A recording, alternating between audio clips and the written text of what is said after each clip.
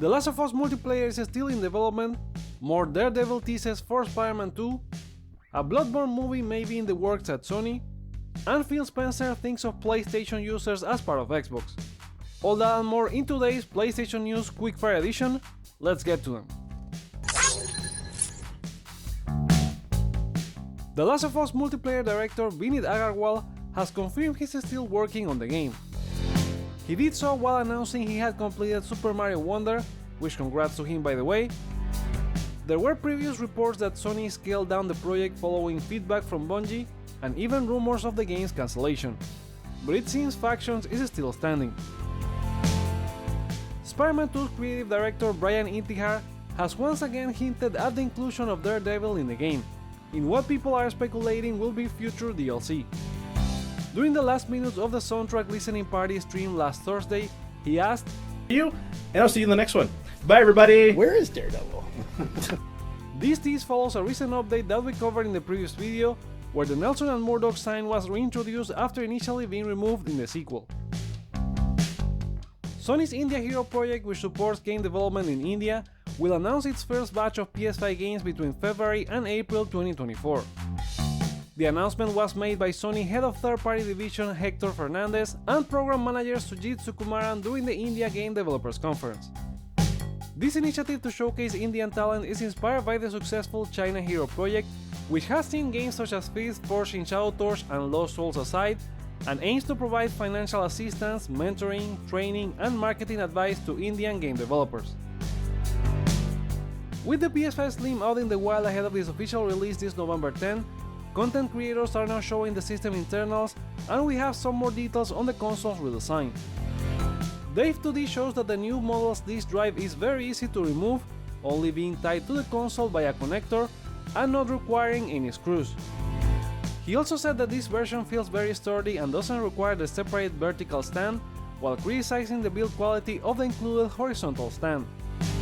He reveals a lot more, but I recommend you watch his video, link in the description. Sony is ending the integration of social media service X, better known as Twitter, with PS4 and PS5 consoles on November 13.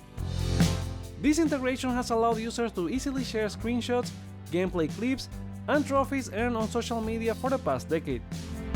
After the change, PlayStation users will need to use Sony's official PlayStation app for Android and iOS to transfer media from their console to mobile devices for sharing.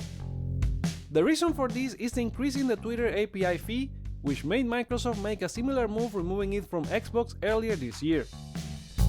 With that, the Nintendo Switch remains the only current console supporting Twitter for now.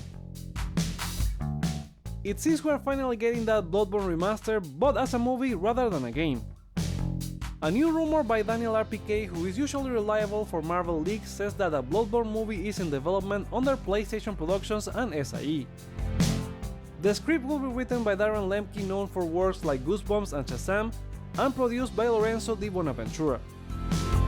Sony has been pushing to adapt their content to movies and TV, including popular games such as The Last of Us or Twisted Metal, but they are also working on lesser-known games such as Gravity Rush. That probably means a Bloodborne movie could be real at some point, but again, this is just a rumor, so take it with a grain of salt. In an interview with Famitsu, Phil Spencer, head of Xbox, discussed the future of the Xbox brand and its collaboration with other platforms. He expressed the idea of considering Nintendo and PlayStation players as part of the Xbox community.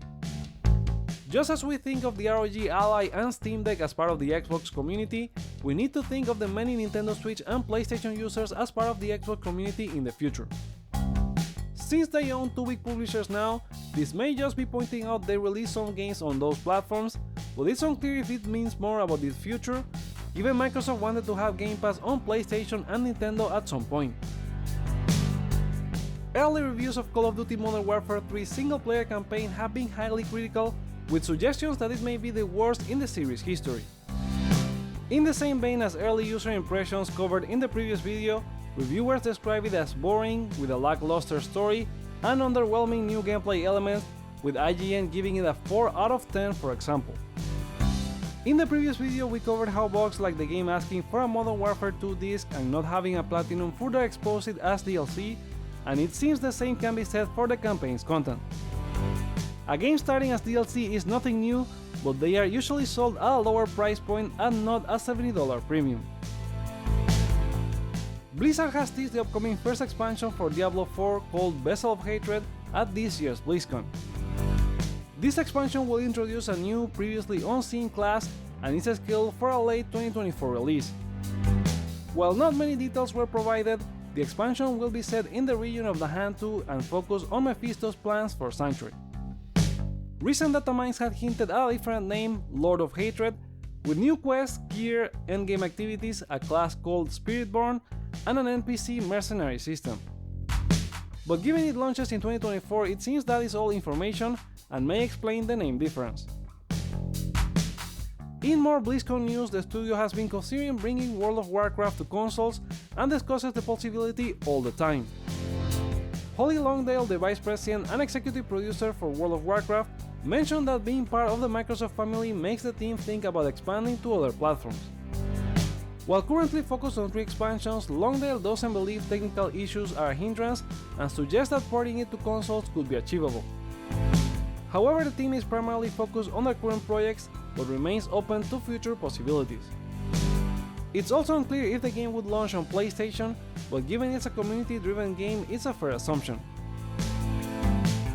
IO Interactive, known for the Hitman series, is working on Project 007, a new James Bond game, which studio CEO Hakan Abram described as the ultimate Spycraft fantasy while talking with Edge magazine. Details are scarce with nothing else other than the game's teaser, but it is expected to have a tone more in line with Daniel Craig's Bond films and will feature a new James Bond in an origin story. The iconic character Pyramid Head is also rumored to have a playable origin story in the upcoming Silent Hill 2 remake by Bluebird team, as per a brief description on the Best Buy pre-order page. Fan opinions on this addition are divided, with some believing Pyramid Head doesn't need an origin story. Bluebird team has not confirmed this inclusion, so we'll have to wait for more details, which maybe could happen really soon given pre-orders have gone live, and site PC Game Benchmarks is listing a rumored release date of March 21, 2024. Puppet Combo, the developer of the PS1 style horror game Christmas Massacre, claims the game will be only available on PlayStation since Nintendo and Xbox won't allow it on their platforms. In a series of tweets, the developer has said the game has been deemed too crazy for Nintendo Switch and Xbox. The trailer for Christmas Massacre shows the player as Santa using a flamethrower to seemingly attack children and nuns. Seeing that makes me question why Sony greenlit the game's release, rather than question Nintendo or Microsoft, but the reasons remain unclear. Remedy has acknowledged that some PS5 players are missing pre-order items for Alan Wake 2, such as the Revolver and Saga skin or the Resources pack. It seems this is not a game but a platform issue, with the studio recommending players try restoring licenses as a potential fix. If that doesn't work, then contact local PlayStation support for help. Players are expressing frustration as they struggle to connect with support, leading to concerns that they may not receive their pre-order bonuses. And those are the PlayStation stories for today. What are your thoughts on them? Let us know in the comments below, give this video a thumbs up or down to let me know your feedback, check out more content you may like as well, and subscribe for more on PlayStation. Thank you so much for watching, my name is Joseph, this is Hype for Games, and let's get hype!